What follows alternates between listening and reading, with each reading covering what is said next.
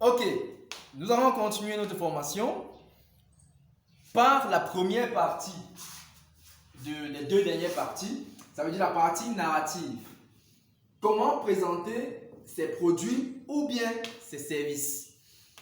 Première question généralement, lorsque vous dites que vous avez une idée, c'est on vous demande, vous vendez quoi? Et il faut faire une différence entre produit et service.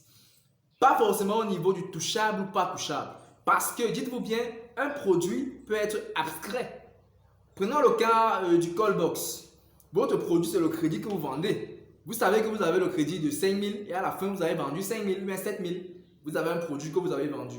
Par contre, le service, on ne sait pas quelle quantité on peut vendre ou pas. Ça veut dire que ce n'est pas un stock qu'on va diminuer. Par exemple, transport ou bien rendre service à quelqu'un, une formation, ce n'est pas le contenu, c'est ça le problème.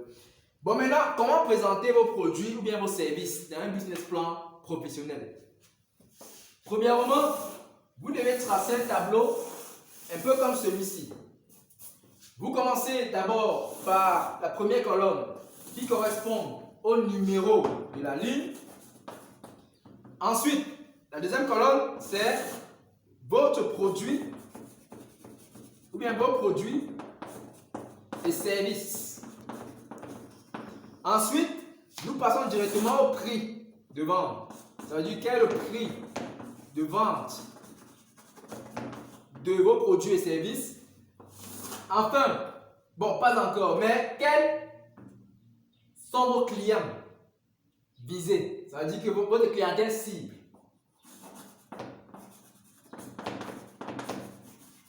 Et enfin, vous parlez du canal de mise à disposition. Canal de mise à disposition. Pour mieux comprendre ce tableau, essayons un peu d'aller avec un exemple. Imaginons un peu que vous voulez vendre du Cosam. Ça veut dire du Cosam. Par exemple, 1 litre. 1 litre. Prenons simplement ça.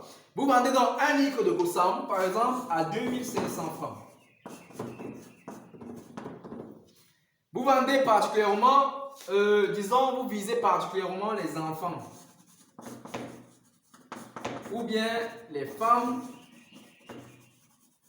Ou bien, disons, tout le monde. C'est un exemple. Pas tout à la fois, choisissez. Ou bien tout le monde. Ça ne veut pas dire que ce n'est qu'à ceci que vous vendez, mais que particulièrement vous êtes intéressé à ceci. Maintenant, canal de mise à disposition, ici c'est simple. Où est-ce que vous comptez mettre votre produit à la disposition de ceci? Par exemple, si vous avez une boutique, vous pouvez dire à la boutique,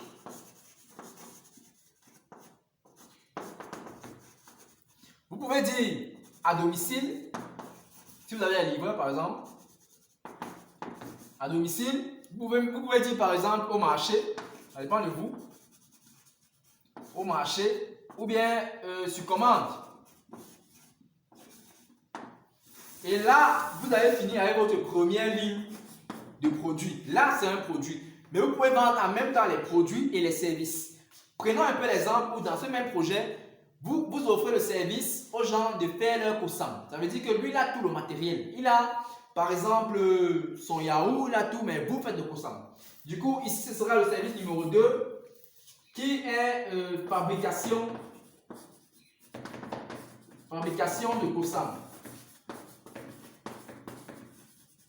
Pour les tiers, par exemple. Du coup, vous vendez la fabrication, par exemple, à 500.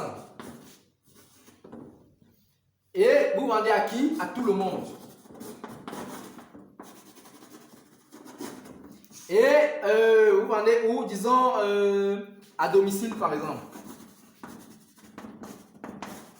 Vous fermez et vous partez à la troisième ligne. Autant de produits que vous avez, ce sera bien.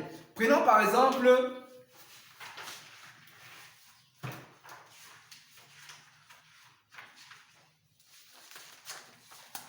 ce business plan que nous avons monté. Vous allez vous rendre compte ici que nous avons le numéro de colonne, nous avons les produits que nous vendons, le prix de vente, les clients cibles et le lieu de vente. Mais ce que vous allez remarquer, c'est qu'en bas, il y a un petit test là.